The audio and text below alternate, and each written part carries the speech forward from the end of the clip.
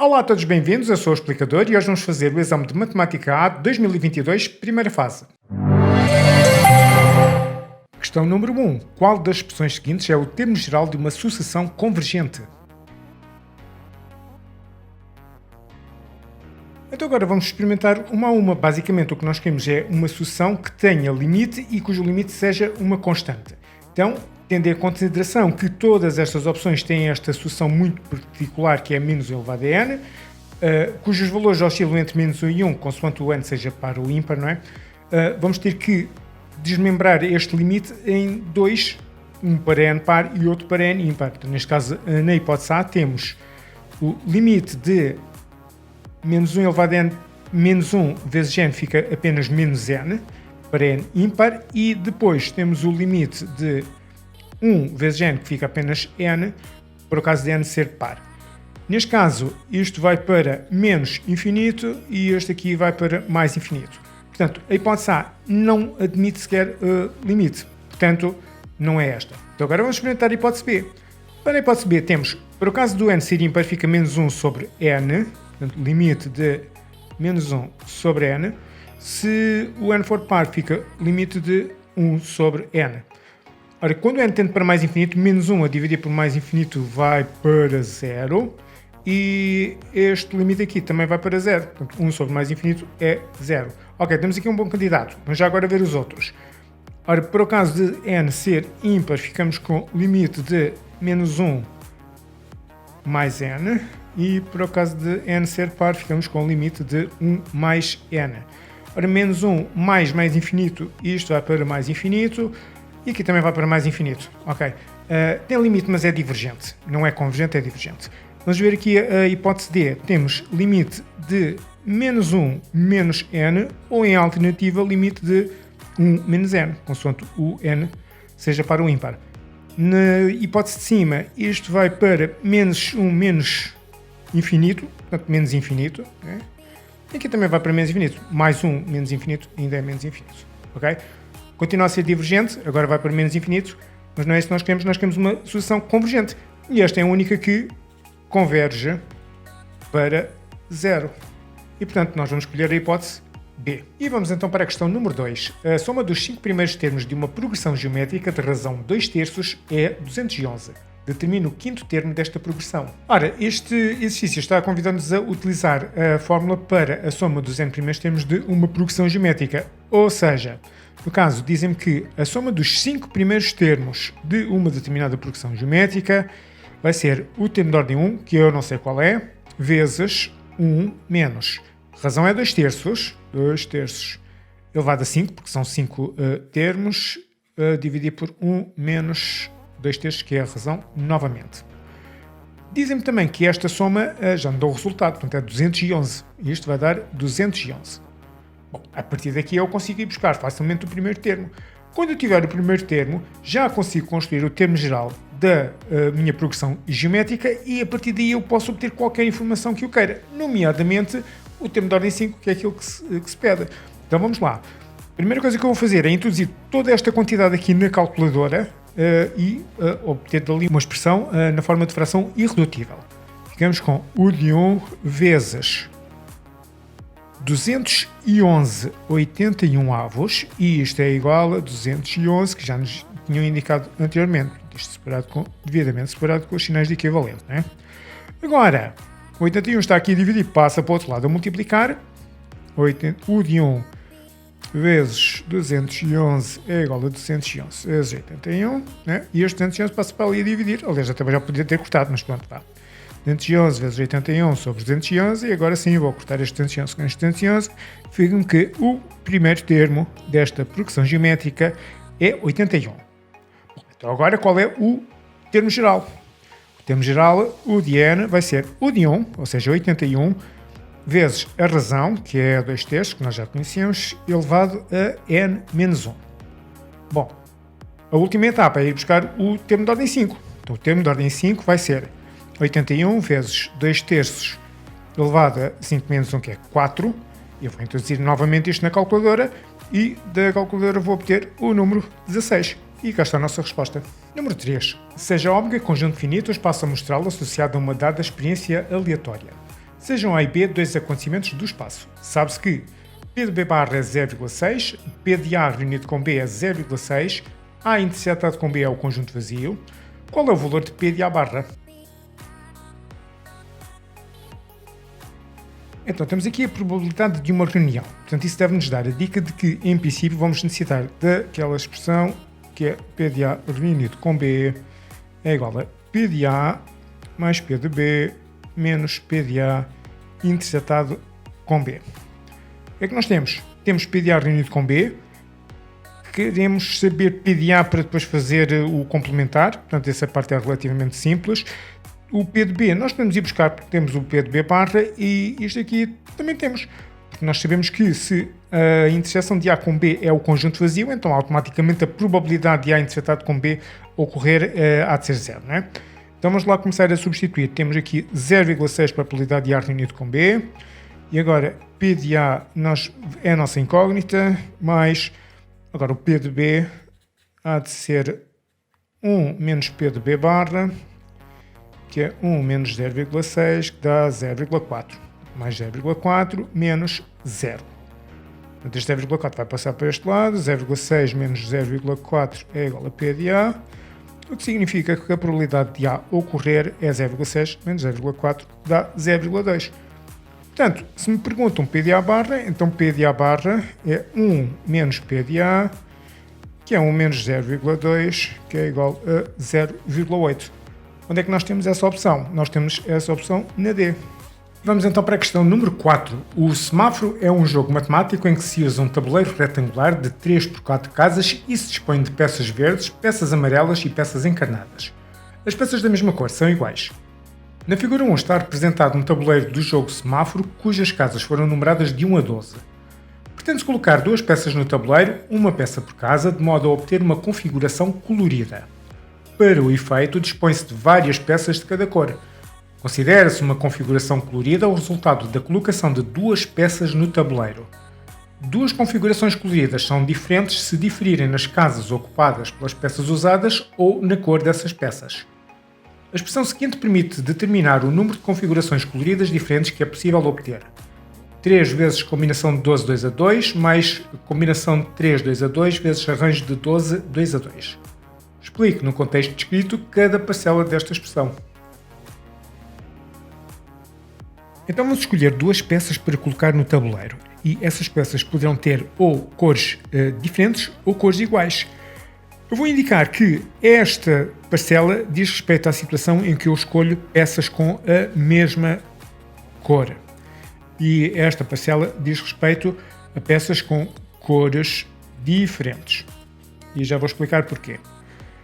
Se as peças forem da mesma cor, então tenho três possibilidades. Ou escolho duas peças amarelas, ou escolho duas peças laranja, ou escolho duas peças encarnadas. Portanto, só tenho aqui três escolhas de mesma cor. Depois, para essas duas peças, eu disponho de 12 casas para colocar duas peças. Uma vez que não interessa a ordem, porque as duas peças são indistinguíveis uma da outra, uma casa que eu escolher para uma das peças e a outra para outra, se eu trocar não faz diferença nenhuma e por isso é que nós vamos escolher as combinações. Não interessa a ordem, apenas interessa as casas que eu escolho para colocar essas duas peças. Pronto, e está explicado o 3 vezes combinação de 12, 2 a 2. Para as cores diferentes, então agora tenho as mesmas três cores, mas destas três cores eu vou escolher duas cores distintas. Então tenho combinação de 3, 2 a 2 maneiras de escolher estas combinações de cores, não é? Formas de escolher duas cores distintas. Agora, vou colocar essas duas peças no tabuleiro. Continuo a ter as mesmas 12 casas, não é? Mas agora, se eu colocar uma peça na casa, por exemplo, na casa número 1, casa número 1, vou colocar aqui uma peça. E na casa número 2, eu vou colocar aqui outra peça.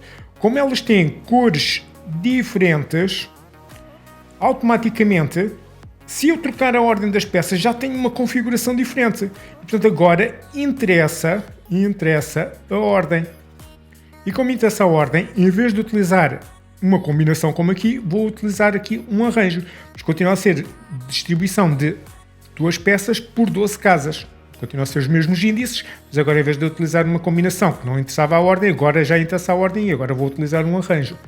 E pronto, basicamente, por alto, está explicado então o significado desta expressão. Questão número 5. Dos alunos que participaram no torneio de jogos matemáticos, que incluiu os jogos semáforo e rastros, sabe-se que metade dos alunos jogou semáforo, um quarto dos alunos não jogou rastros, um quinto dos alunos que não jogaram rastros jogou semáforo. Determina a probabilidade de um aluno que participou no torneio, escolhido ao acaso, não ter jogado semáforo e ter jogado rastros. Apresenta o resultado na forma de fração irredutível. Então, a primeira coisa que nós vamos fazer, isto porque nós queremos calcular uma probabilidade, é transformar as informações do exercício em linguagem também ela de probabilidades. Então vamos lá começar. Metade dos alunos jogou semáforo. Portanto, a probabilidade de ter jogado semáforo, que eu vou representar por P de S, é o meio. Ok. Um quarto dos alunos não jogou rastros. Então, a probabilidade de encontrar um aluno que não tenha jogado rastros, chamar R barra, vai ser um quarto. Um quinto dos alunos que não jogaram rastros jogou semáforo. Bom, esta aqui já é um bocadinho mais traiçoeira. Portanto, eu sei que os alunos, daqueles alunos todos, eu sei que eles não jogaram rastros. Então, qual é a probabilidade de eles terem jogado semáforo? Então, é um quinto. A probabilidade de ter jogado semáforo sabendo que não jogou rastros vai ser um quinto. E aquilo que se pergunta é, então, é a probabilidade de um aluno participar no torneio não ter jogado semáforo, a probabilidade de não ter jogado semáforo e ter jogado rastros. Okay? Isto é aquilo que se pergunta. Então, basicamente, o que nós vamos fazer é, vou elaborar aqui uma pequena tabela com as probabilidades todas que possam vir a ser necessárias, se calhar até um pouco mais do que aquilo que realmente era necessário para responder a esta questão.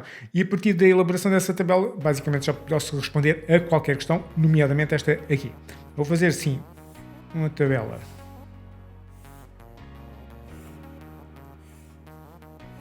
com a probabilidade de jogar semáforo, não jogar semáforo, rastros ou então não rastros. Okay? E agora vamos começar a preencher aquilo que nós conseguimos.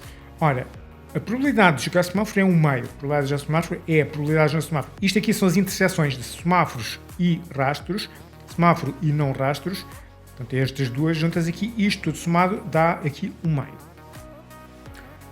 Automaticamente, como estas duas probabilidades aqui vão somar 1, aqui também tem que ser um meio. Probabilidade de não ter jogado semáforo. Muito bom. Agora, a probabilidade de não ter jogado rastros é um quarto para aqui. E automaticamente, como esta probabilidade de ter jogado rastros mais a probabilidade de não jogar rastros é 1, aqui tem que ser 3 quartos. Somado dá 4 quartos, que dá 1.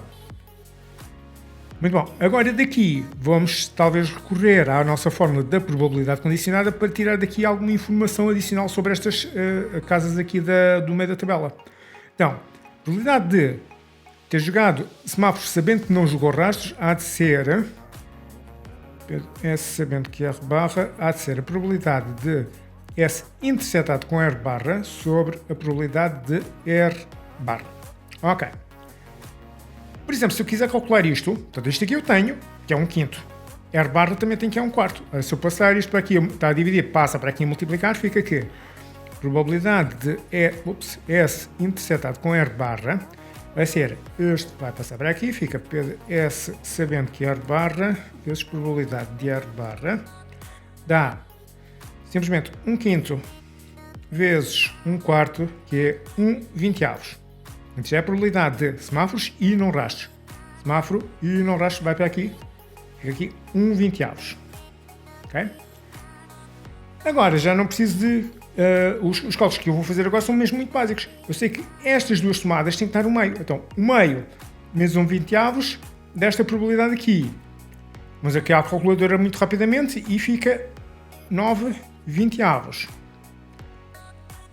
Daqui, 3 quartos menos 9 vinteavos. Agora vai dar esta probabilidade aqui de não ter jogado semáforo e ter jogado rastros, que é 3 décimos.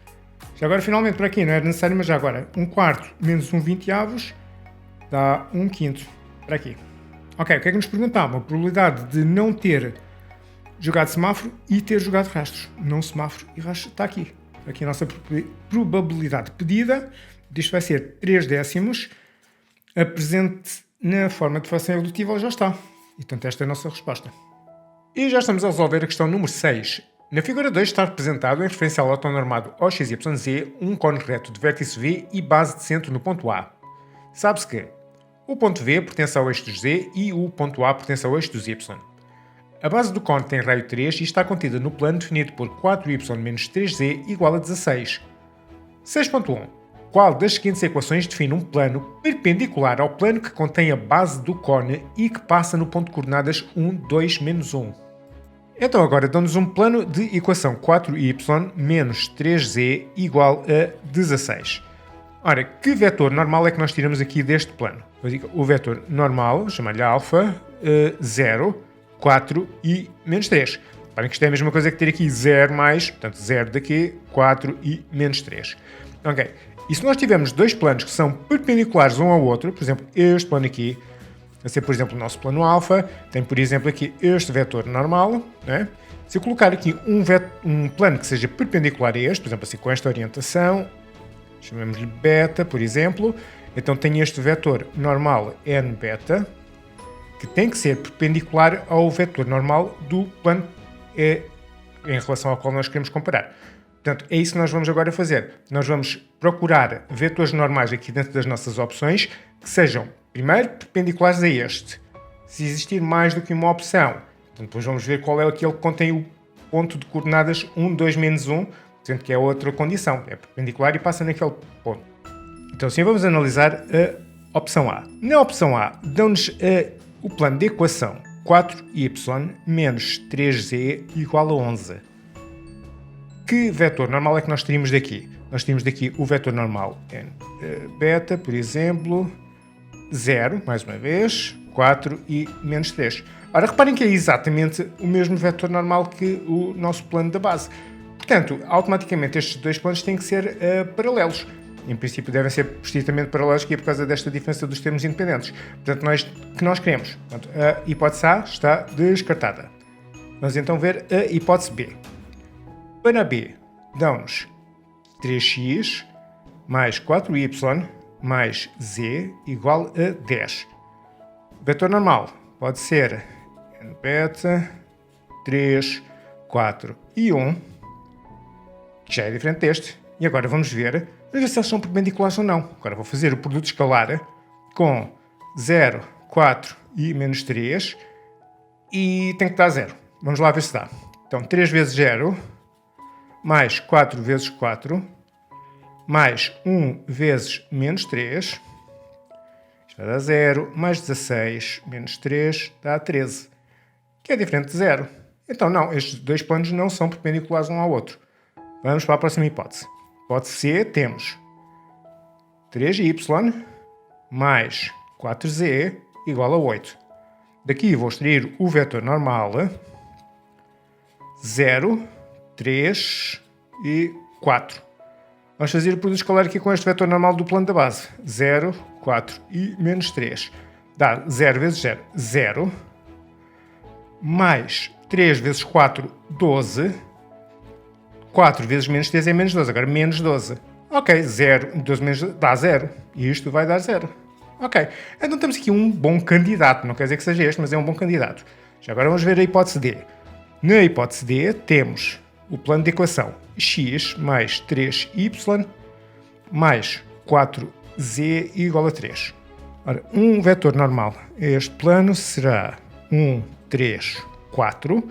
Se escalar com 0, 4 menos 3, tal como estávamos a fazer nas outras opções. 1 vezes 0 dá 0, mais 3 vezes 4 é 12. 4 vezes menos 3 é menos 12. Ok, isto dá outra vez 0. Ok, então tenho aqui dois bons candidatos. Tenho agora que desempatar. Qual destes dois planos, este da opção C, ou então este da opção D, é que contém o ponto de coordenadas 1, 2 e menos 1. Portanto, o plano tem que conter este ponto. Então vamos experimentar substituir as coordenadas dos pontos aqui na equação de cada um dos planos e ver qual é o que contém o ponto. Ok, no caso aqui da opção C, não existe aqui nada para o x, portanto não posso substituir a coordenada x, vou substituir a coordenada y. Aqui no y, fica 3 vezes 2, 4, o z vai ser substituído por menos 1, portanto, mais 4 vezes menos 1, e isto tem que dar 8. Ora, 3 vezes 2, 6, 4 vezes menos 1 dá menos 4, igual a 8, portanto 2 igual a 8 é uma proposição falsa. Este plano não contém este ponto. Vamos experimentar a hipótese D. Na hipótese D temos 1 vai substituir aqui no x, fica 1 mais 3 vezes 2, 4 vezes z fica 4 vezes menos 1, mais 4 vezes menos 1, e tudo isto tem que ser igual a 3. Vamos lá ver se isto é verdadeiro. 1 mais 6, 4 vezes menos 1 dá menos 4, é igual a 3.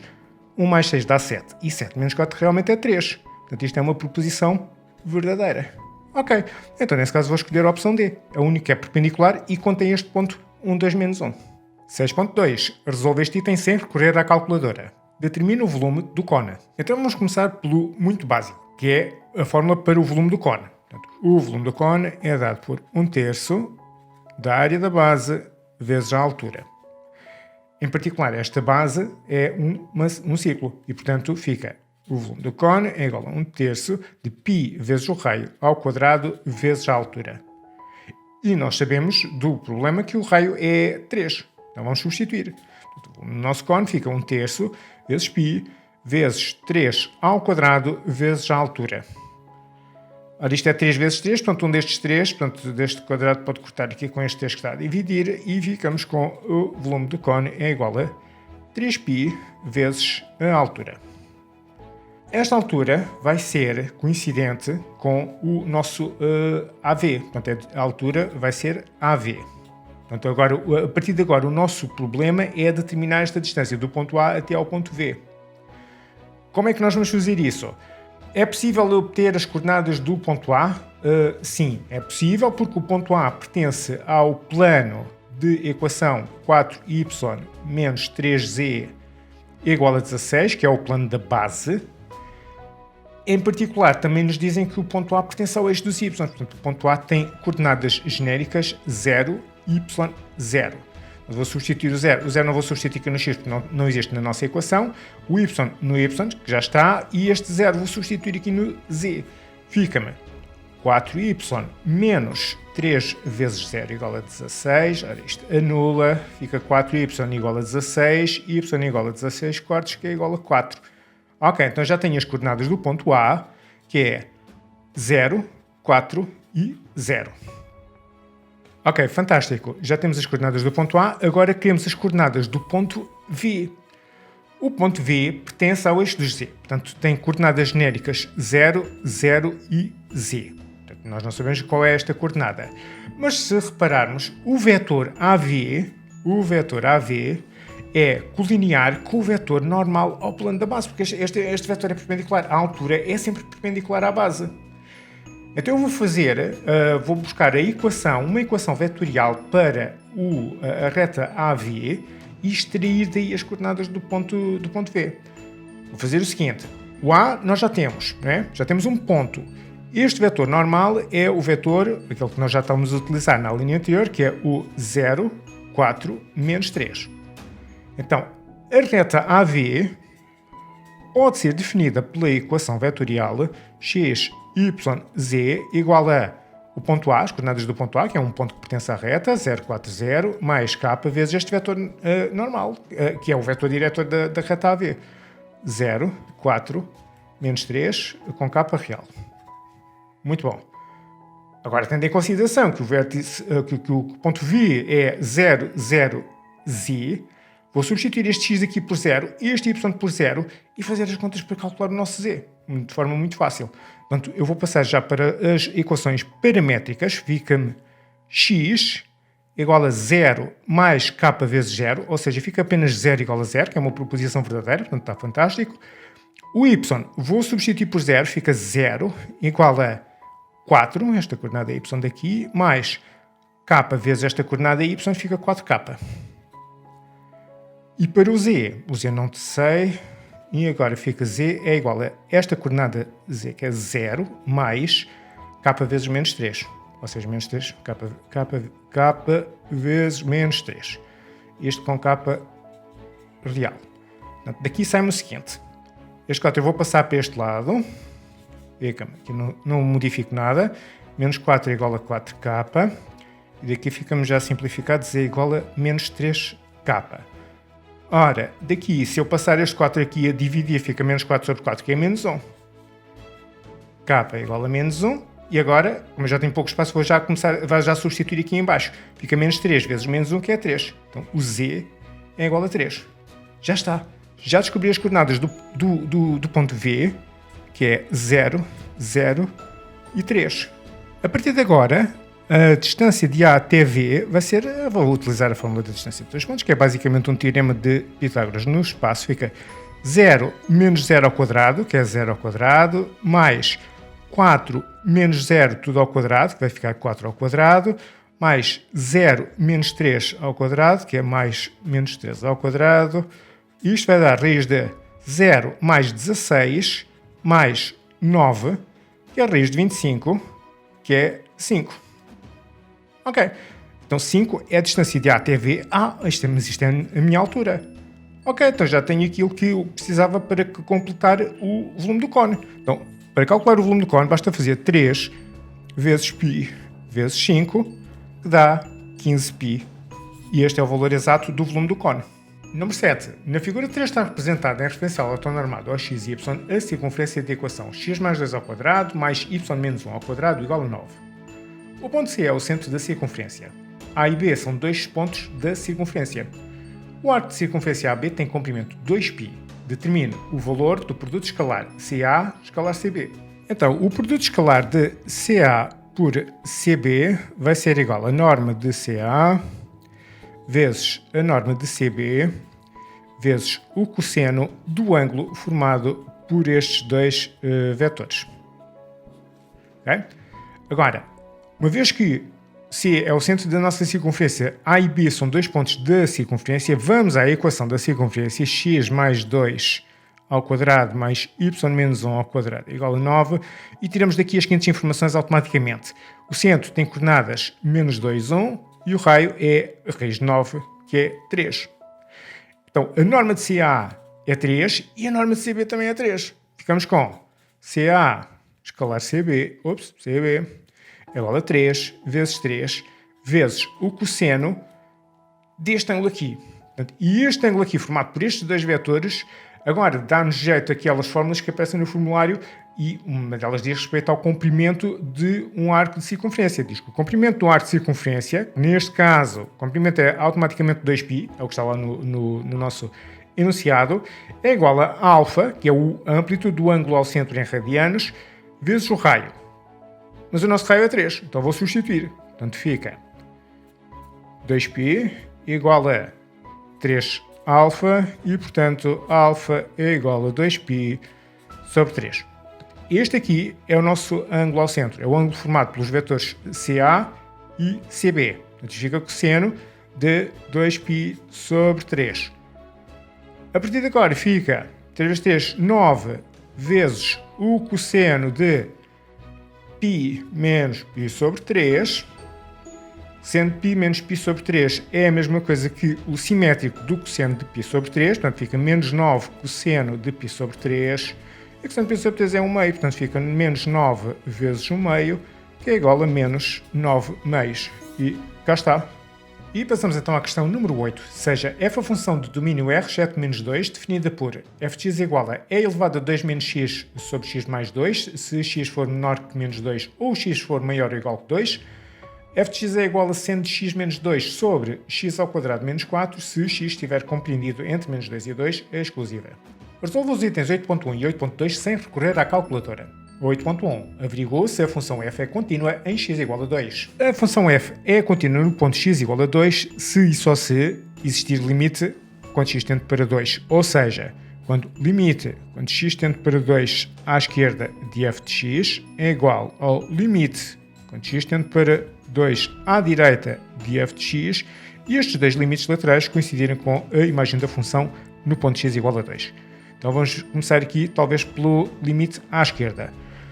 Limite quando x tende para 2 menos. E agora qual é o ramo que nós vamos escolher? Portanto, aquele que diz, portanto, aquele onde diz x está entre menos 2 e 2, portanto, de menos 2 até 2, portanto, à esquerda do 2, vou utilizar a expressão seno de x menos 2 sobre x ao quadrado menos 2. Seno de x menos 2 sobre x ao quadrado menos 4, aliás.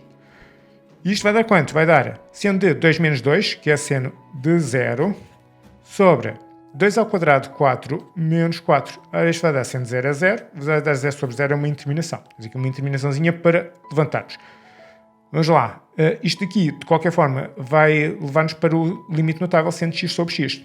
Ficamos com limite, quando x tende para 2 à esquerda, de seno de x menos 2 sobre, isto é um caso notável, vamos fatorizar, x menos 2 vezes x mais 2. Este aqui, se calhar, vai saltar aqui para fora no nosso traço de fração, fica x2 à esquerda, de seno de x menos 2 sobre x menos 2, vezes 1 sobre x mais 2. Okay? Para aqui, para este limite, portanto, de qualquer forma, isto é um limite de tudo isto aqui. Nós vamos desmembrar em este limite aqui, para o qual eu vou utilizar aqui uma mudança de variável, portanto fica y igual a x menos 2, e portanto quando o x tende para 2 à esquerda, o y tende para 2 menos 2, que é 0, e agora vou fazer aqui um gráficozinho muito rapidamente. X menos 2 passa aqui no menos 2 e tem declive 1, não é? Quando eu me aproximo do 2 por valores à esquerda, o x menos 2 vai para 0, mas também vai aqui por valores inferiores, portanto vai para 0 menos. Ficamos com limite, quando y tende para 0 menos, e agora vou substituir x menos 2 por y, fica simplesmente seno de y sobre y, vezes este limite para aqui e outro limite para aqui, mas este aqui não vou utilizar a mudança de variável, vou fazer apenas limite, quando x tende para 2 à esquerda, de 1 sobre x mais 2. Este aqui é o nosso limite notável, e isto vai dar 1, multiplicar por, substituindo aqui por 2, fica 1 sobre 2 mais 2, que é 1 sobre 4, isto vai dar 1 quarto, até o valor deste limite. Fantástico. Vamos ver o limite à direita. Para o limite à direita temos limite, isto tende para 2 mais, da outra expressão, que é elevado a 2 menos x sobre x mais 2. Vamos então substituir. Não vamos partir logo do princípio que é uma indeterminação. Ora, é elevado a 2 menos 2 é elevado a 0 sobre 2 mais 2, que é 4. Ora, é elevado a 0 é 1, fica 1 quarto. Ok, por acaso até nem era indeterminação. O limite é de cálculo direto. Finalmente, quanto é que é o f de 2? f de 2 é substituir exatamente, portanto aqui este ramo de cima é para x igual, maior ou igual que 2, portanto vou substituir lá em cima também. É elevado a 2 menos 2 sobre 2 mais 2, dá outra vez é elevado a 0 sobre 4, que é mais uma vez 1 quarto. Ok, então, limite à esquerda dá 1 quarto, limite à direita dá 1 quarto e a imagem da função no ponto dá 1 quarto, portanto é tudo igual. Logo, f de x é contínua em x igual a 2. 8.2. Estuda a função f quanto à monotonia e quanto à existência de extremos relativos no intervalo de menos infinito a menos 2 aberto e determina esses extremos caso existam. Na sua resposta apresente o ou os intervalos de monotonia. Então, no intervalo de menos infinito a menos 2, vamos utilizar o ramo de cima. Portanto, é elevado a 2 menos x sobre x mais 2. E monotonia extremos convida a fazer a primeira derivada da função. Portanto, vamos fazer o f' de x, que neste caso vai ser o e elevado a 2 menos x sobre x mais 2'. E eu vou começar por aplicar a regra do quociente. Portanto, isto é um quociente. Portanto, é e elevado a 2 menos x' vezes x mais 2 menos e elevado a 2 menos x vezes x mais 2'. E tudo isto é dividido pelo quadrado do denominador, que é x mais 2, tudo ao quadrado. Como é que isto fica então? Então vá, derivada disto, vamos fazer aquela do u' vezes e elevado a u. Portanto, vamos fazer a derivada de 2 menos x, vamos fazer devagarinho, vezes e elevado a 2 menos x, e aqui fica x mais 2, não há nada para fazer, menos, aqui não há derivada, 2 menos x, e a derivada de x mais 2 é a derivada do quadrado, portanto é 1, portanto fica assim, tudo a dividir por x mais 2, tudo ao quadrado. A derivada de 2 menos x é apenas menos 1, portanto fica aqui apenas um sinal de menos. Menos é elevado a 2 menos x, vezes x mais 2, menos é elevado a 2 menos x, tudo a dividir por x mais 2, tudo ao quadrado. Ora, estou aqui a verificar que existe este termo menos é elevado a 2 menos x em comum e, portanto, nós vamos colocar isto em evidência para simplificar ao máximo a nossa expressão. Menos é elevado a 2 menos x, abre parênteses, daqui sobra o x, do primeiro termo sobra o x mais 2 e do segundo termo sobra apenas 1. E, portanto, isto tudo está a multiplicar por 1. Portanto, fica mais 1. Ou seja, quando eu faço menos é elevado a 2 menos x vezes 1, fica menos é elevado a 2 menos x, que é exatamente aquilo que lá está. Okay? Cuidado com os sinais aqui nestas situações. Tudo isto a dividir por x mais 2, tudo ao quadrado. Portanto, vai dar então, finalmente, menos é elevado a 2 menos x, e vou só fazer esta operação, fica x mais 3, a dividir por x mais 2 ao quadrado. Fantástico. O que é que nós vamos fazer a seguir? Vamos buscar os zeros da nossa derivada, que é para depois fazer então o quadro decimal. Então, f' de x é igual a 0, significa que menos é elevado a 2 menos x vezes x mais 3 sobre x mais 2 ao quadrado é igual a 0. E como isto é uma fração, o numerador tem que ser igual a 0 e o denominador tem que ser diferente de 0. Portanto, menos é elevado a 2 menos x vezes x mais 3 é igual a 0 e x mais 2 ao quadrado diferente de 0. Como isto é um produto, fazer a lei do anulamento do produto. Menos é elevado a 2 menos x é igual a 0, ou x mais 3 é igual a 0, e apenas o 0 ao quadrado é que é igual a 0. Portanto, para que x mais 2 ao quadrado seja diferente de 0, basta que x mais 2 seja diferente de 0. Daqui, este menos é elevado a 2 menos x vai sempre dar valores positivos. Com o menos atrás vai dar sempre valores negativos, mas nunca vai ter zeros. Portanto, isto aqui é impossível. Ou então, x mais 3 é igual a 0, portanto, x é igual a menos 3 e, passando o 2 para o outro lado, fica x é diferente de menos 2. Pronto. Daqui, do numerador, sai um único zero, que é o x igual a menos 3, e temos que evitar a situação de x ser igual a menos 2, mas de qualquer forma não há problema, porque nós só vamos estudar menos infinito a menos 2 aberto. Mas vai ter que haver aqui uma coluna com o menos 2. Então vamos começar a fazer o nosso quadro de sinal. E eu vou fazer muito devagarinho, que é para nós não nos enganarmos nos sinais. Aqui temos dois fatores. Portanto, eu vou estudar o sinal deste e o sinal deste separadamente, depois juntar e depois então o sinal do numerador. Vou fazer uma linha para o menos e elevado a 2 menos x. Depois uma linha para o x mais 3. E isto então dá-me um numerador. E agora vou colocar uma linha para o x mais 2 todo ao quadrado.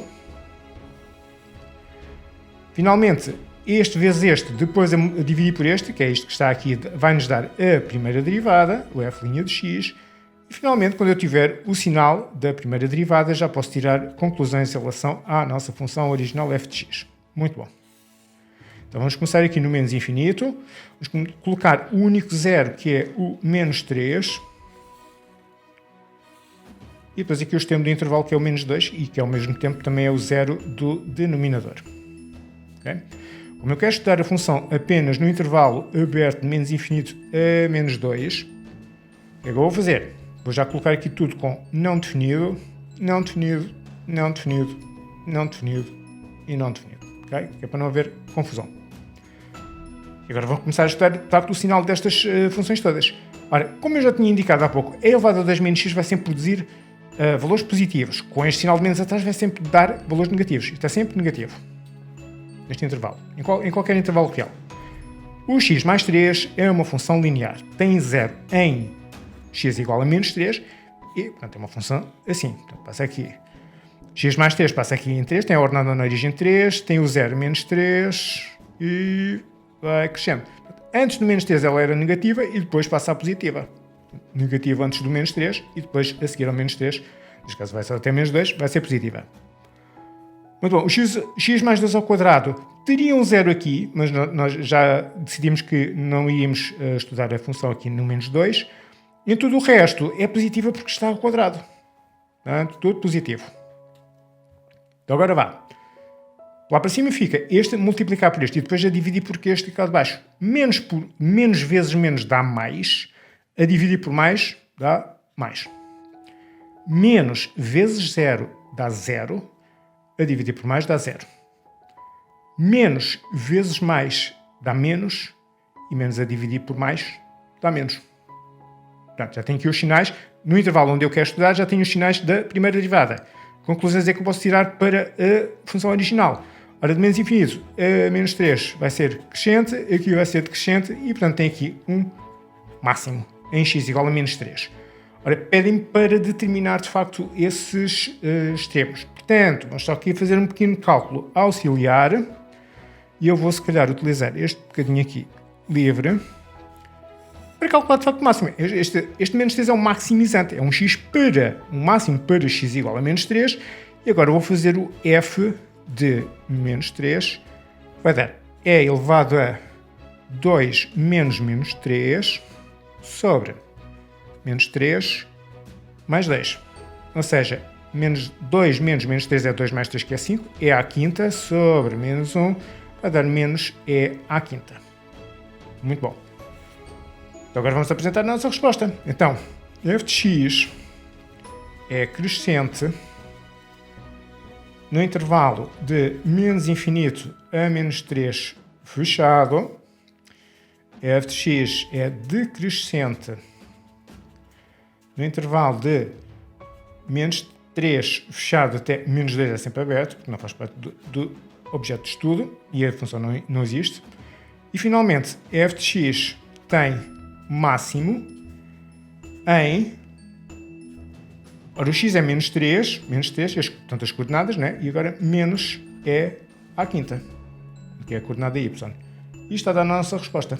Avançamos então para a questão número 9. Na figura 4 está representado um cabo suspenso pelas suas extremidades em dois postes iguais, distanciados 10 metros entre si. Os postes estão instalados perpendicularmente ao solo, num terreno plano e horizontal. O ponto do cabo mais próximo do solo é equidistante dos dois postes. Seja h a função de domínio 0 a 10 fechado, definida por h de x igual a 6,3 e elevado a x menos 5 sobre 12,6 mais e elevado a 5 menos x sobre 12,6, tudo menos 7,6. Admita que h de x é a altura relativamente ao solo em metros de um ponto do cabo situado a x metros do poste da esquerda. 9.1. Qual é a distância arredondada às décimas de metro da base do poste da esquerda ao ponto do cabo que está mais próximo do solo?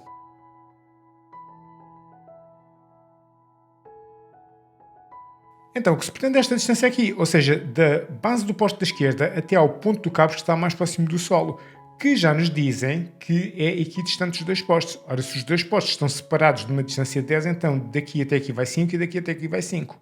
Ou seja, uma vez que eu estou a começar a contar o x a partir daqui do 0, quando eu chego aqui tenho x igual a 5. Então o que é que a gente vai fazer? Vai calcular o h de 5 e ver exatamente quanto é que é esta altura aqui.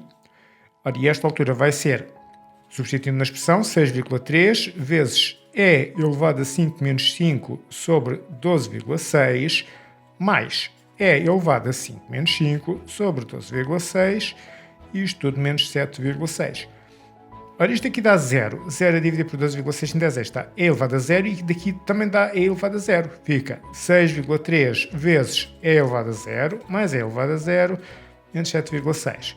Isto dá 1 e isto também dá 1, ou seja, fica 6,3 vezes 2 menos 7,6. E agora, se introduzirmos isto na calculadora, vai-nos dar 5. Portanto, daqui até aqui vai 5 e daqui até aqui também vão 5. Agora é um teorema de Pitágoras. Então, d ao quadrado é igual a 5 ao quadrado mais 5 ao quadrado. Significa que d é igual a raiz de 25 mais 25, que é 50.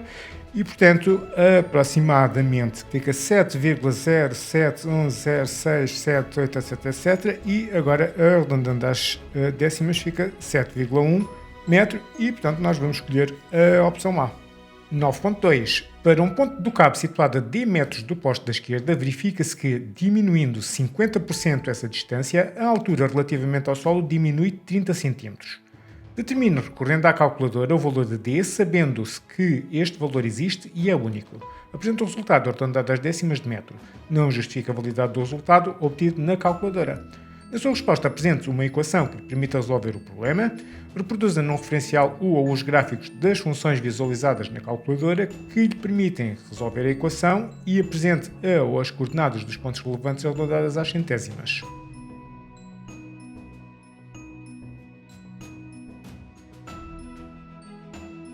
Então vamos lá analisar melhor a situação que nos é descrita. Tínhamos inicialmente um determinado ponto em cima aqui desta corda, a uma determinada distância d do posto da esquerda.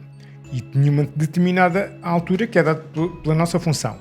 Depois, para essa distância, quando nós diminuímos em 50%, ou seja, passa para metade, o que se verifica é que esta altura agora em relação ao solo é a mesma que do ponto anterior, mas menos 30 cm. Okay? Então, como é que nós vamos basicamente equacionar a situação? Vamos dizer o seguinte: vamos dizer que a altura deste ponto aqui, ou seja, a altura de 0,5, que é 50% de D, é igual a esta altura aqui que eu tinha para a distância D, H de D, mas vou tirar estes 30 cm. Mas eu não vou tirar aqui 30 cm, porque esta função dá-me esta altura em metros. E, portanto, eu não posso, a metros não posso tirar centímetros. Vou converter os centímetros para metros e fica 0,3 metros. Okay? Metros é igual a metros menos metros.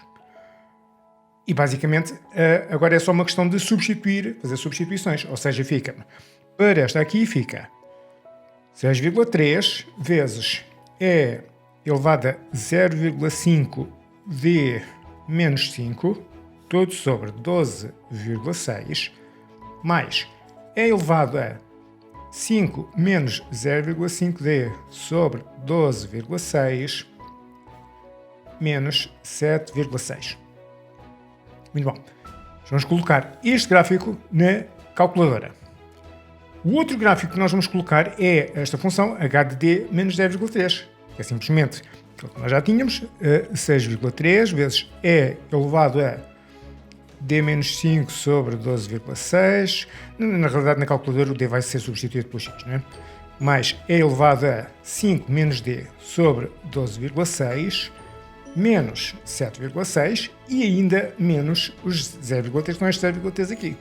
Este aqui vai ser o gráfico 1 e aqui vai ser o gráfico 2. Agora, tendo em consideração que a nossa função neste domínio aqui de 0 até 10, dentro destes valores de x, deverei ter então uma e indica-nos que é mesmo só uma solução. Então vamos lá ver na calculadora. E pronto, já tenho então aqui as duas funções introduzidas na calculadora gráfica. Agora é mesmo só ir aqui ao nosso gráfico. Reparem que já temos aqui uma janela de 0 até sensivelmente um bocadinho depois de 10, mas pronto, temos aqui um bom intervalo. E agora é mesmo só ir ver aqui este ponto de interseção. Portanto, vou aqui aos cálculo, vou dizer para a primeira função, encontrar interseção, portanto isto dentro do menu da nossa máquina.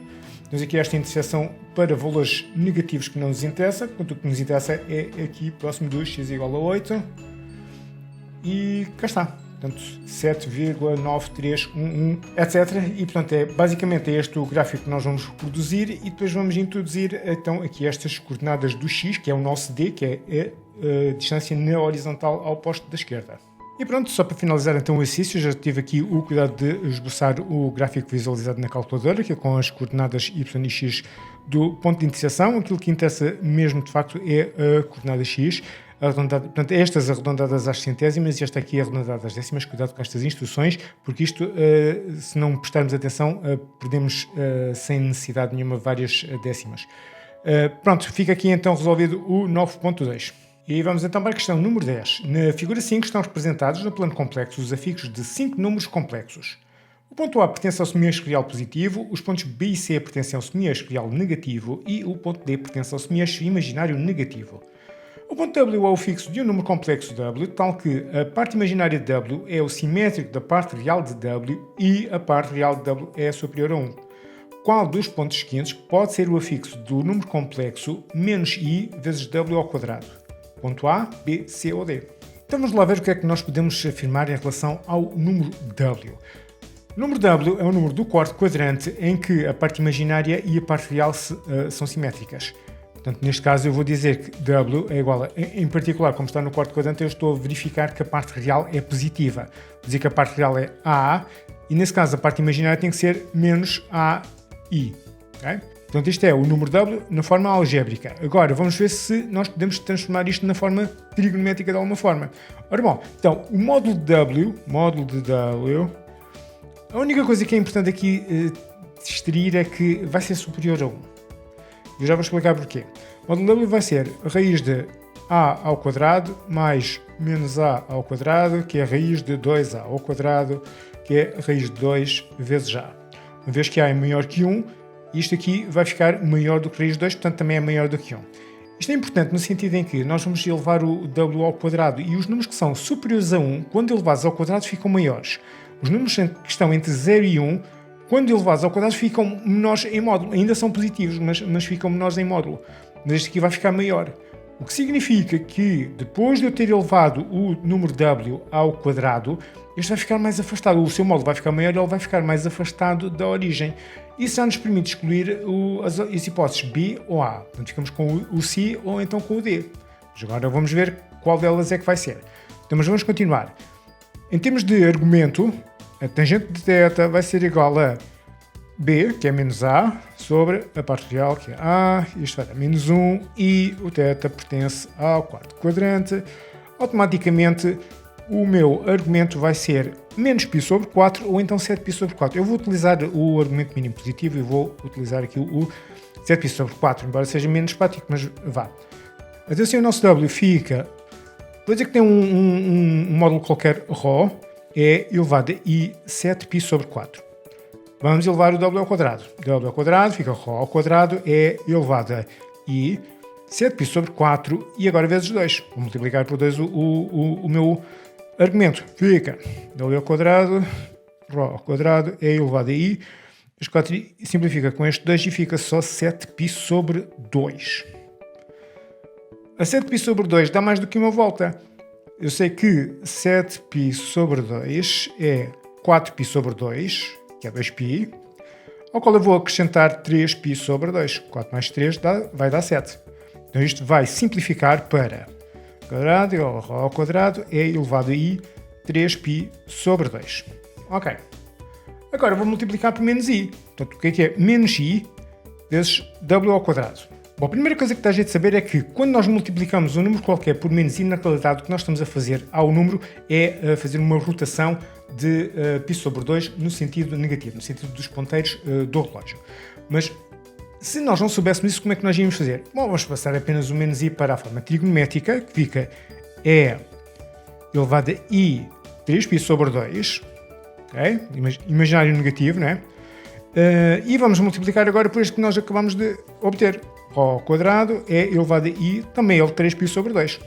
Ok, então como é que fica o módulo? Fica 1 vezes ρ ao quadrado, fica ρ ao quadrado, vezes é elevado a i 3π sobre 2 deste primeiro, mais 3π sobre 2 do segundo, mais 3π sobre 2, ok?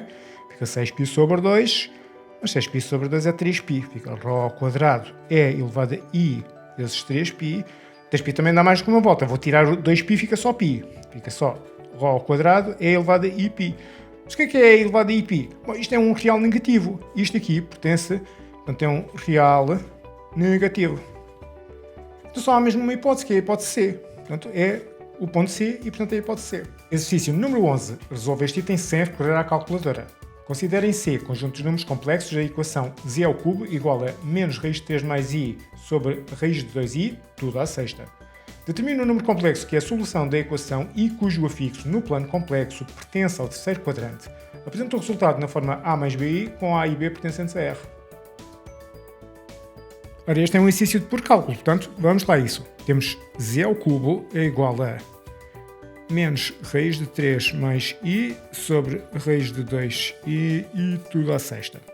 Ora, por causa desta potência de 6, era conveniente passar todo este quociente, se for possível, para a forma trigonométrica, que é para depois poder aplicar a fórmula da potência de forma relativamente simples. Então vamos lá ver se nós conseguimos passar isto para a forma trigonométrica.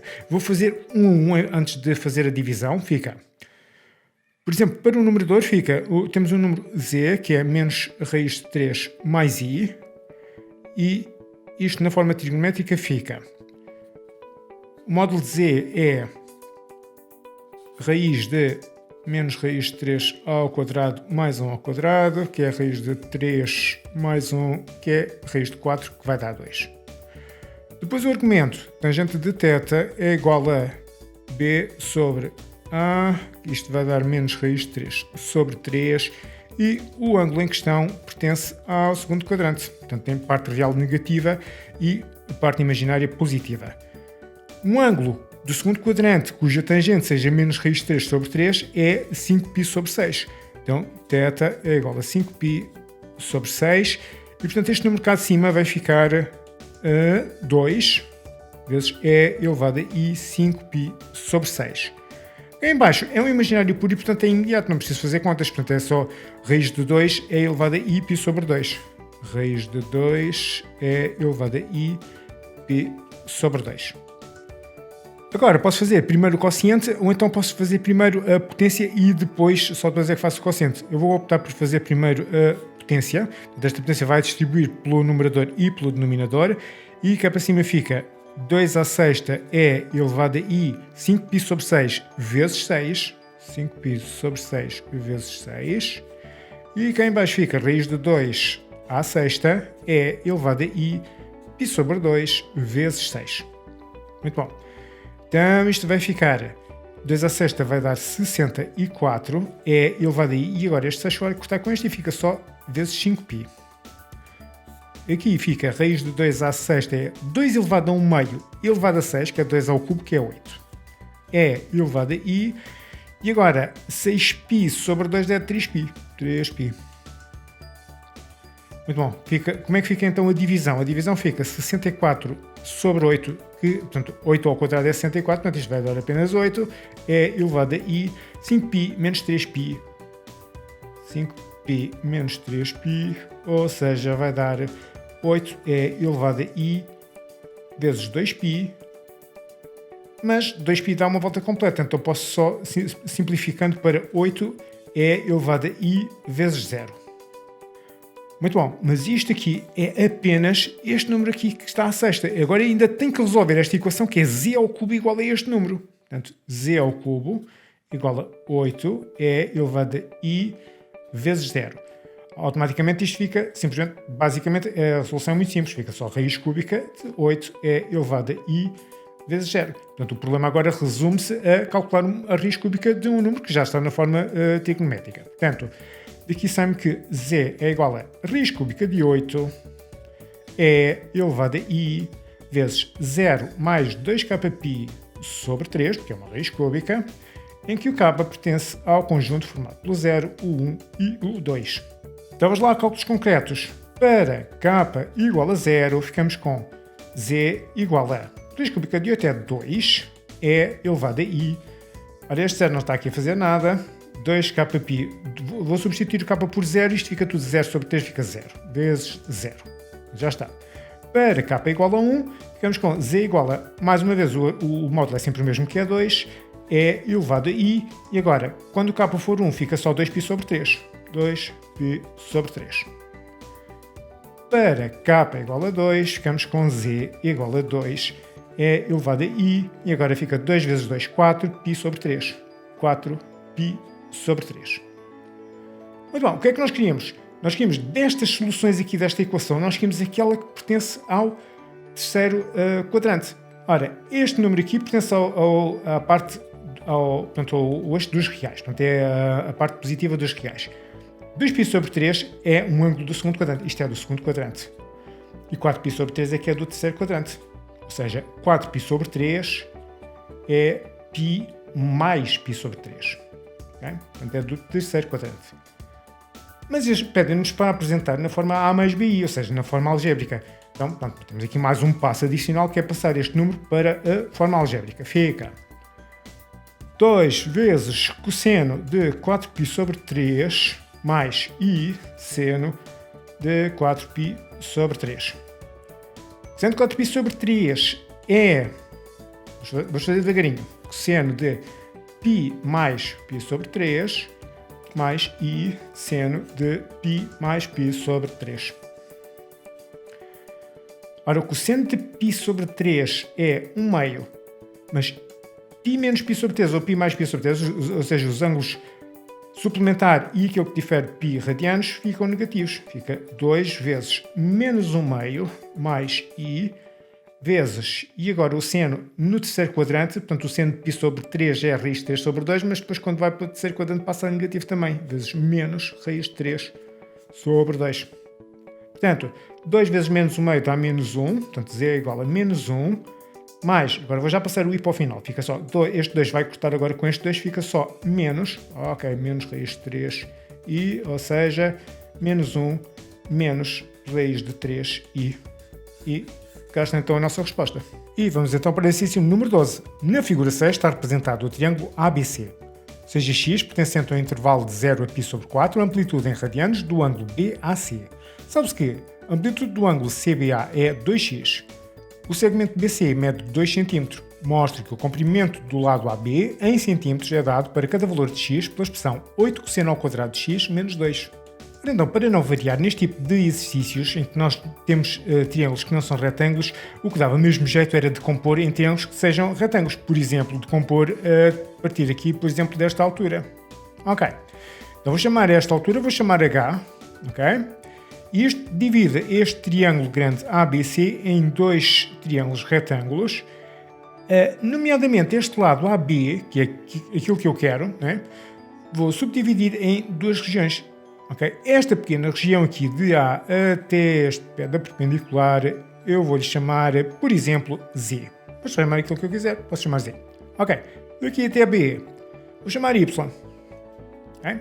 E agora, eu vou resolver este exercício da perspectiva de um aluno que não tem a mínima ideia de como é que proceder agora. Okay? Porque isto é uma questão de descoberta. Vamos descobrindo aos poucos à medida que nós se nos forem apresentando soluções.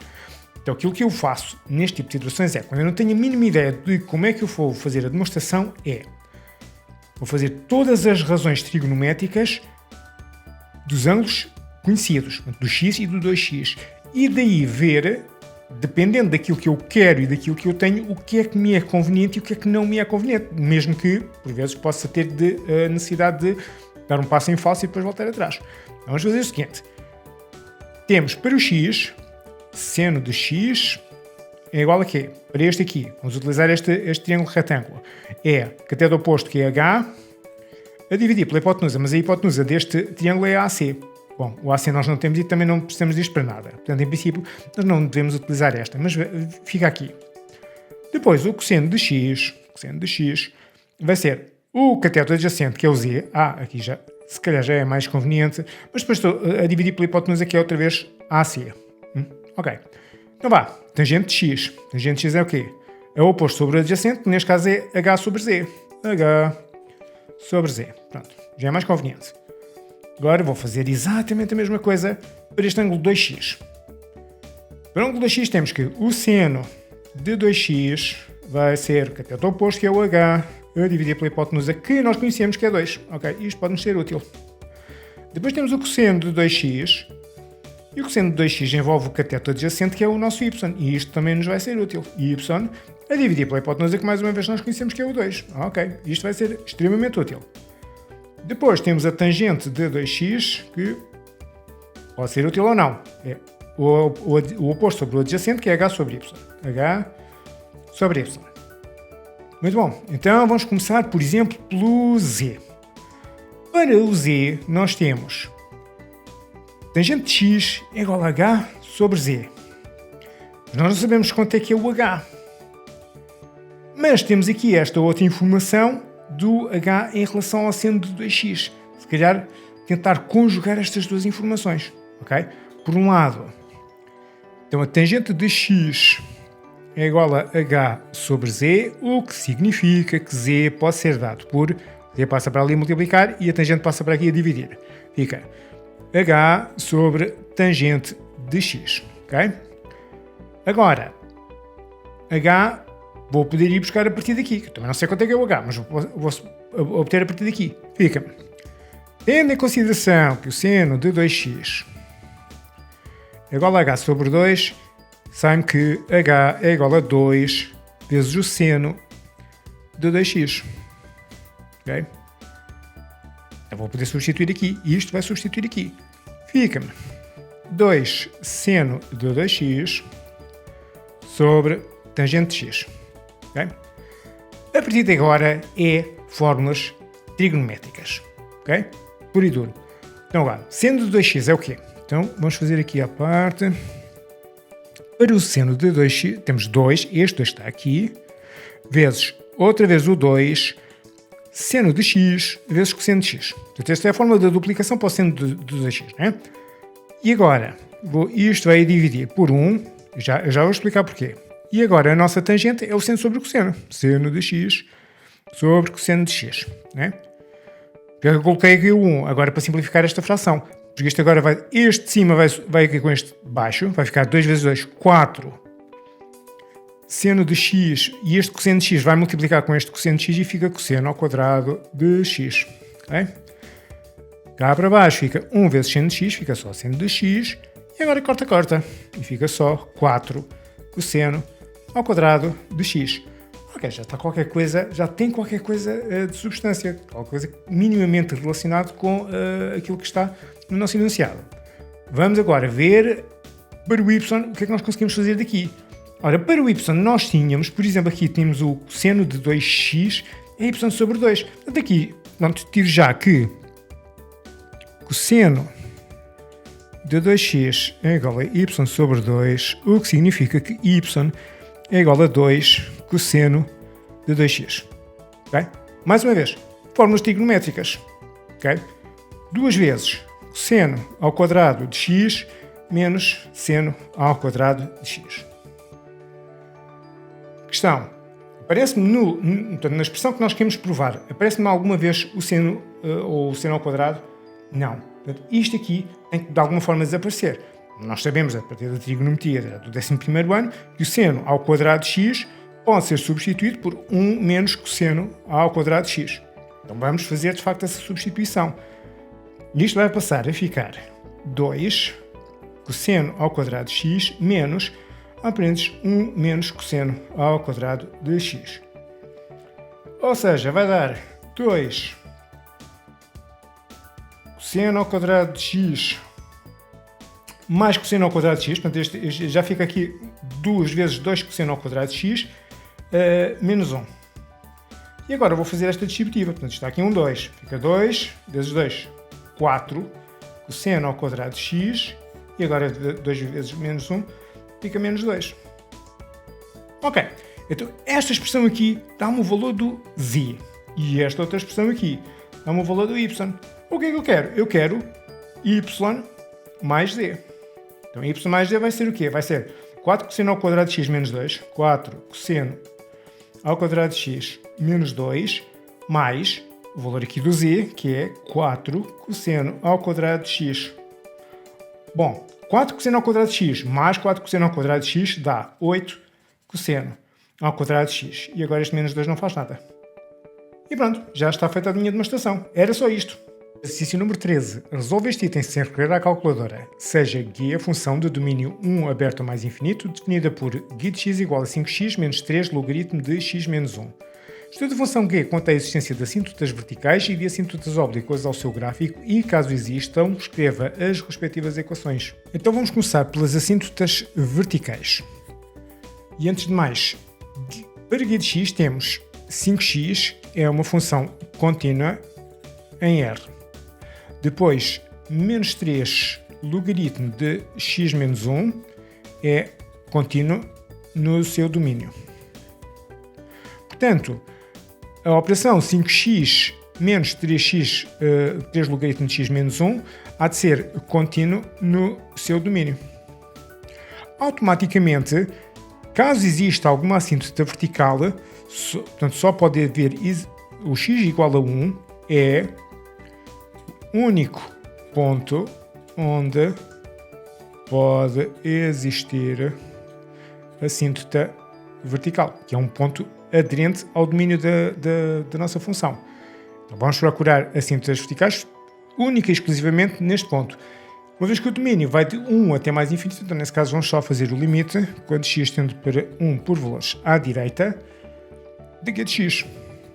E isto vai ser limite quando x tende para 1 à direita de 5x menos 3 logaritmo de x menos 1. E isto vai dar 5 vezes 1 menos 3 logaritmo de 1 menos 1, mas neste caso é 1 mais, isto faz diferença. Fica 5 menos 3 vezes logaritmo de 0 mais. Logaritmo de 0 mais é menos infinito. Portanto, fica 5 menos 3 vezes menos infinito. Menos por menos dá mais, portanto fica 5 mais infinito, ou seja, dá mais infinito. Sim, temos aqui uma assíntota vertical. Temos uma assíntota vertical de equação x igual a 1. Então agora vamos às assíntotas oblíquas. Uma vez que, mais uma vez, o domínio é de 1 aberto até mais infinito, não existe o ramo menos infinito, portanto vamos só fazer o limite quando x tende para mais infinito de g de x sobre x. Fica então, limite quando x tende para mais infinito de 5x menos 3 logaritmo de x menos 1, tudo a dividir por x. Isto vai dar mais infinito, isto vai dar mais infinito, fica infinito menos infinito, e cá em baixo vai dar infinito. Portanto, temos aqui uma sopa de indeterminações. Como é que nós vamos levantar esta indeterminação? Isto vai ficar, então, por exemplo, vamos separar aqui pelo sinal de menos, fica limite, quando x tende para mais infinito, de 5x sobre x, menos limite, quando x tende para mais infinito, de 3 logaritmo de x menos 1 sobre x. Este x corta com este x, fica só o limite de uma constante, que é a própria constante, que é o 5. E esta outra constante, que é o 3, pode passar aqui para trás do limite, que é 3 vezes o limite, quando x tende para mais infinito. Logaritmo de x menos 1 sobre x.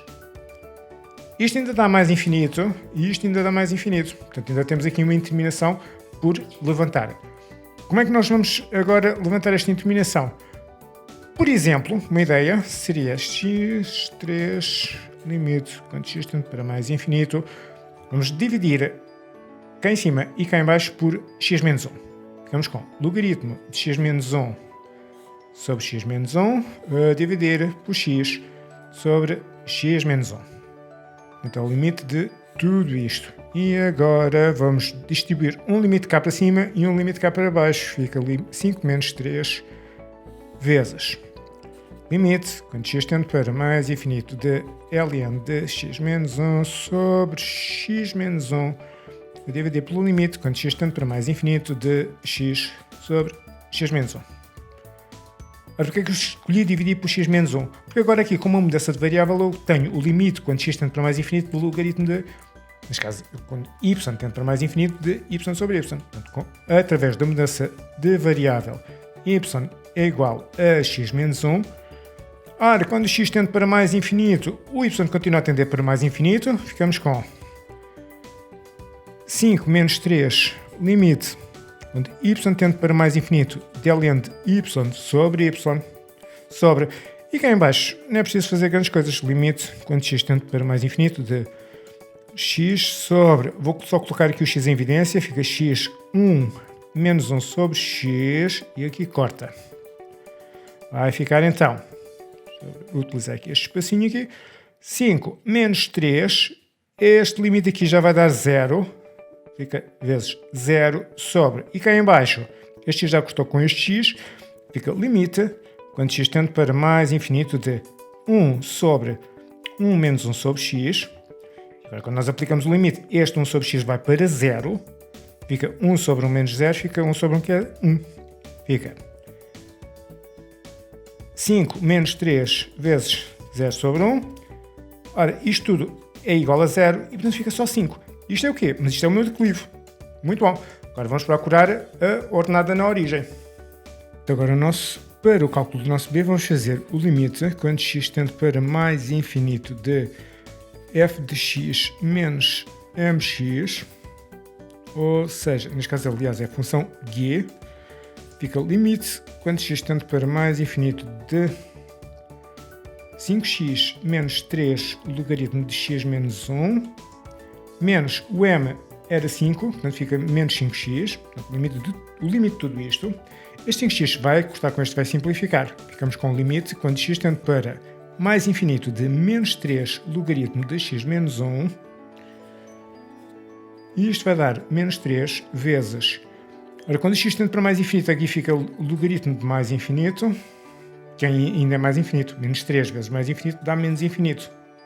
Ok, então não temos b, não temos a ordenada na origem, e portanto dava-nos a sensação que realmente por causa aqui deste livro 5 que teríamos uma assíntota oblíqua, mas depois fomos ao cálculo da ordenada na origem e verificamos então. Isto é comum quando temos funções logarítmicas, ok?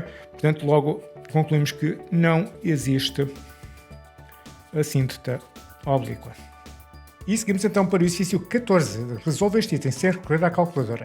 Determina os números reais, que são a solução da equação e elevado a x menos 1 logaritmo de 5 menos 2x, mais e elevado a x logaritmo de 3 menos x, igual a logaritmo de 3 menos x. Então, a primeira coisa que nós vamos fazer é determinar em que domínio é que a nossa condição é válida.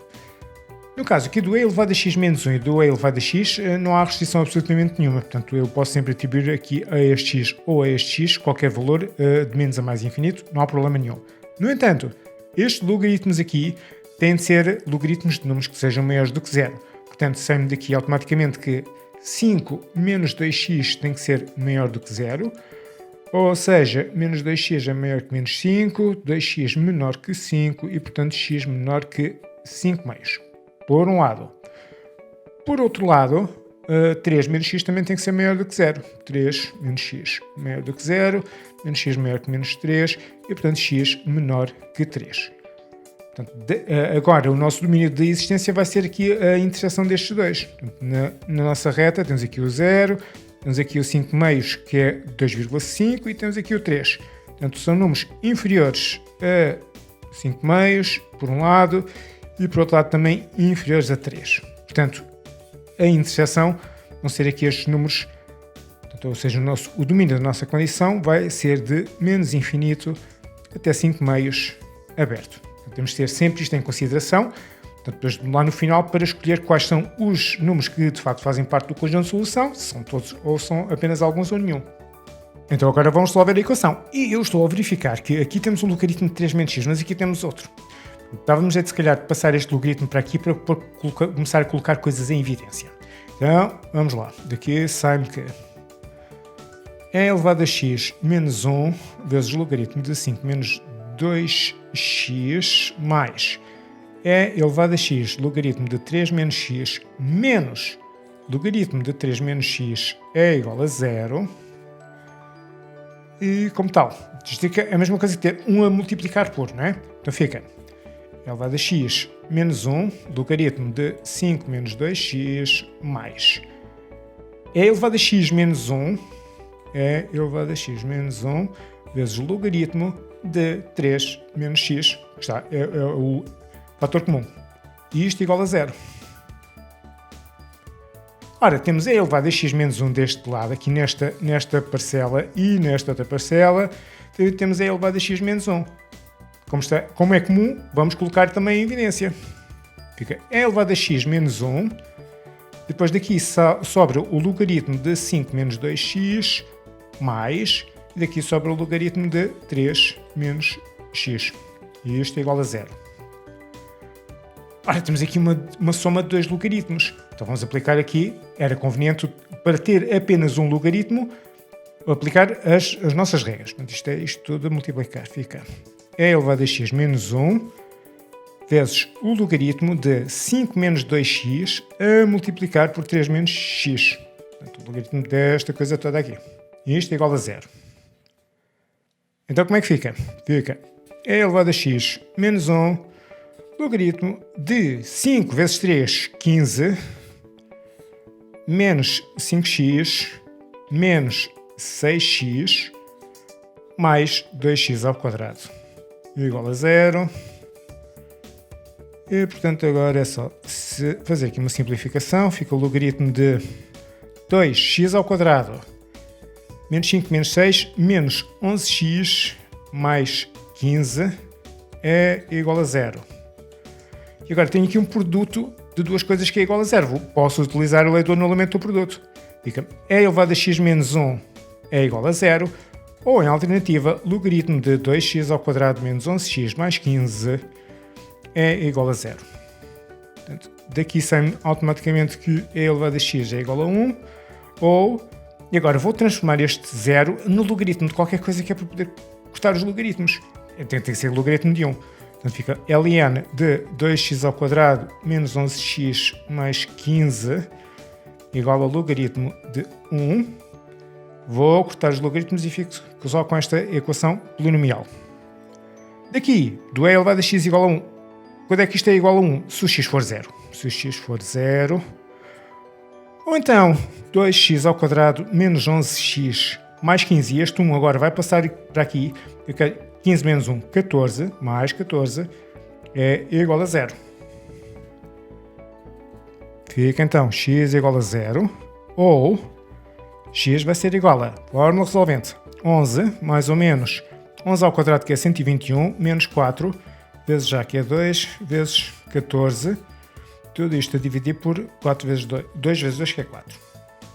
Ora, se formos fazer um bocadinho de batata e vamos à calculadora buscar aqui o valor do binómio discriminante, isto vai dar 9, portanto fica a raiz de 9, portanto fica x igual a 0, ou x igual a 11 menos a raiz de 9, que é 3 sobre 4, ou então x é igual a 11 mais 3 sobre 4. Já tem aqui mesmo muito pouco espaço. Vamos lá por aqui os resultados finais. Portanto, tenho x igual a 0. Daqui sai-me 11 menos 3 dá 8 sobre 4, 2. X igual a 2. E daqui sai-me 11 mais 3, 14. A dividir por 4 dá 7 meios. Muito bom. Quais destes valores é que de facto fazem parte do nosso domínio de existência da condição que vai de menos infinito até 5 meios aberto? Ora, o 0 está aqui, check. Ok, o 2 está aqui antes do 5 meios, portanto 5 meios é 2,5, o 2 está aqui, portanto, check. Tá. 7 meios é 3,5, até já passa deste aqui, portanto não está nem neste nem neste.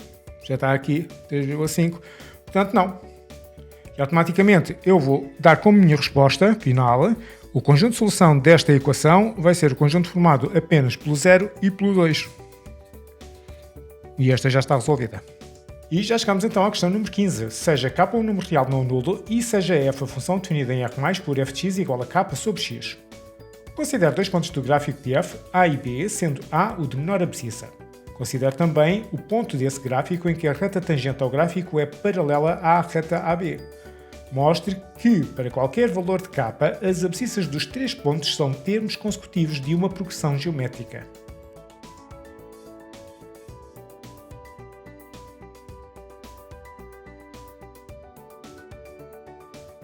Ora, aquilo que está desenhado aqui serve apenas para nós termos uma noção geométrica do que é que está a acontecer no nosso problema. Portanto, eu desenhei aqui uma função do tipo f igual a k sobre x, portanto este ramo de hipérbole que está aqui. Neste caso seria para um k positivo, não tem necessariamente de ser positivo, pode ser negativo e o ramo de hipérbole pode ser assim, também não há problema absolutamente nenhum. E depois temos aqui um ponto A de menor abscissa e um ponto B de maior abscissa do gráfico, ao qual eu disse que este ponto A tem esta abscissa A pequeno e este ponto B grande tem a abscissa B pequeno. Agora, esta reta secante ao gráfico passa por estes dois pontos, terá um certo e determinado declive. Entretanto, existirá aqui um outro ponto do gráfico da função, provavelmente estará aqui entre estes dois, mas a gente já vai fazer a demonstração disso, C, de abscissa C, em que a reta tangente tem exatamente o mesmo declive que o declive desta reta AB. O objetivo do nosso exercício é demonstrar que estes pontos A, C e B são termos consecutivos de uma progressão geométrica.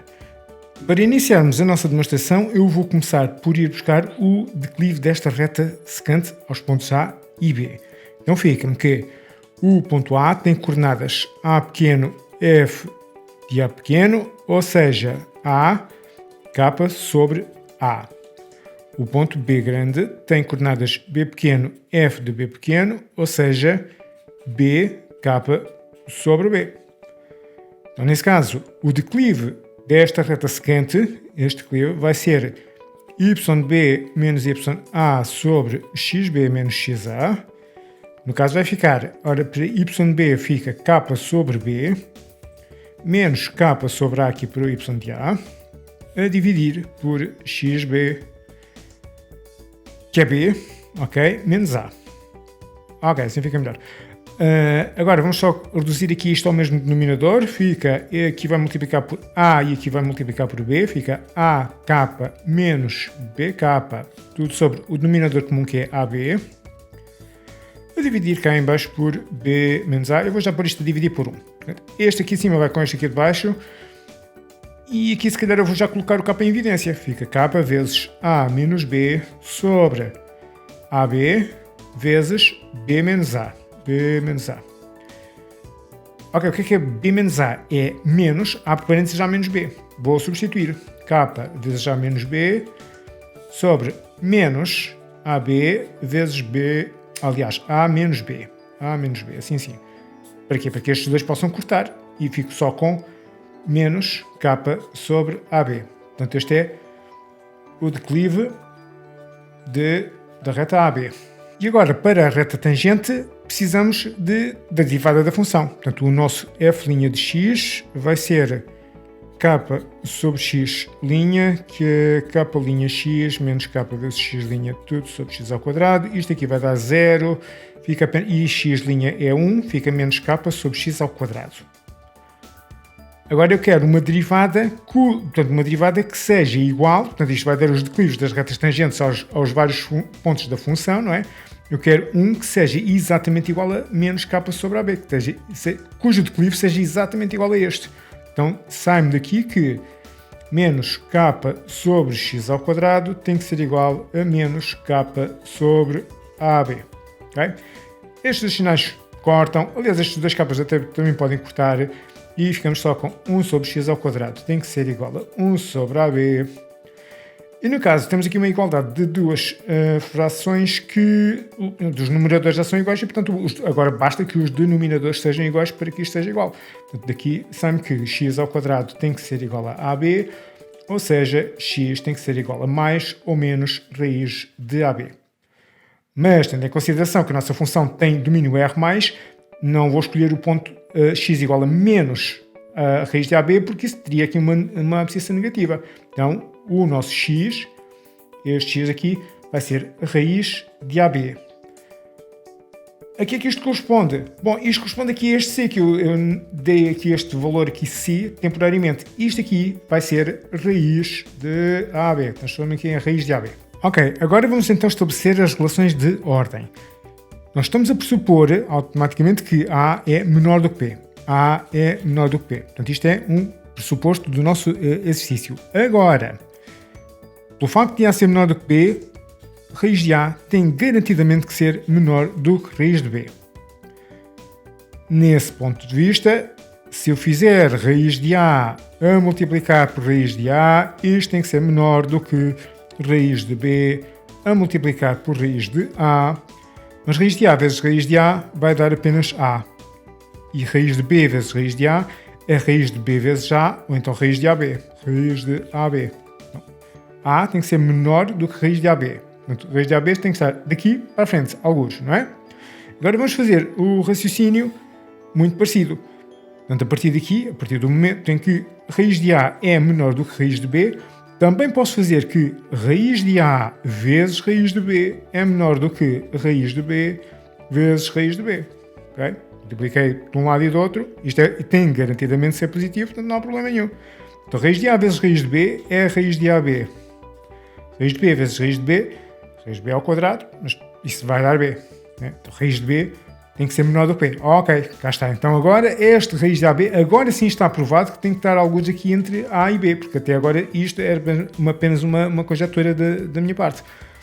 Então agora, para que A raiz de AB e B sejam termos consecutivos de uma progressão geométrica, tem que ser este termo, que é o maior deles todos, a dividir por este, ou seja, B sobre raiz de AB, tem de ser igual a, isto está a dar razão, não é? Mas a razão também pode ser obtida deste raiz de AB a dividir por A. Raiz de AB a dividir por A. E daqui, uma vez que nada destas coisas é zero, nem o A nem o raiz de AB, o que é que eu posso fazer? Este raiz de AB vai passar para aqui a multiplicar e este A vai passar para aqui a multiplicar. Sai-me daqui que A vezes B dá AB, tem que ser igual a, e agora daqui fica raiz de AB vezes raiz de AB, ou seja, AB é igual a raiz de AB tudo ao quadrado. Pronto, este quadrado vai cortar com esta raiz e fica AB igual a AB, que é uma proposição verdadeira. Portanto, logo, está provado que esta relação é verdadeira. Como tal, A, raiz de AB e B são termos consecutivos de uma progressão geométrica. E está feita a demonstração. E pronto, isto conclui então a resolução deste exame de Matemática A de 2022, primeira fase. Se tiver alguma dúvida ou alguma sugestão, deixem nos comentários, assim que puder eu respondo. E já agora, se quiserem ajudar os vossos colegas a encontrar mais facilmente o meu canal, subscrevam, deixem um like no vídeo. E se precisarem de explicações, lá em baixo na descrição tem um link para o meu site.